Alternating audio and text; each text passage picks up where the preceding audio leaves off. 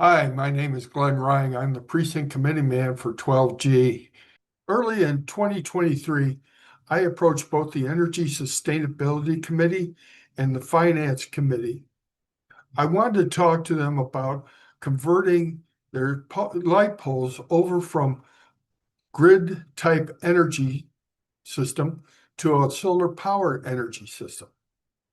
I felt that this was needed because it would reduce our carbon footprint within the city and also save us some money. I went and did some digging, and I talked to Melanie Campbell, who is the finance director for the city of Toledo. Right now, we currently have, as of 2023, we had 26,481 poles in the city of Toledo. Those poles were being paid just on rent alone. That's just to have it in the ground and sitting there. They were paying First Energy $139.44 per pole. Now, this came out to $3.69 million annually that you are paying just for rent on the pole. And then the maintenance came out to $342,522 monthly for the electricity and maintenance on the pole. This came out to approximately a little over $4.11 million annually. So altogether, you're paying in 2023, you were paying $7.8 million just to have a light pole there and the power. Now, my approach to the city of Toledo was not to say, hey, let's rip this out all at once and get a new solar lighting.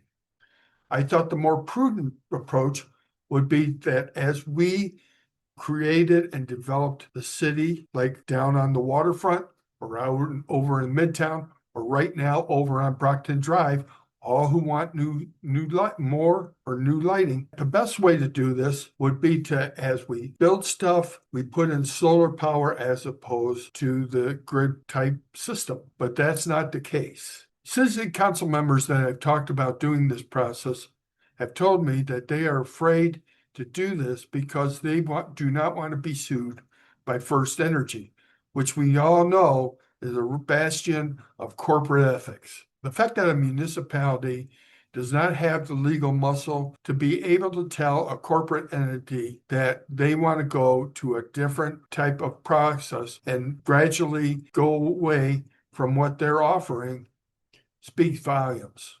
So let me give you a piece of advice. Before you sign that petition, give your city council person a call and ask them, if we put these poles in, how much money is this going to affect my taxes? Am I going to pay $139.44 annually for each light pole that's being put in?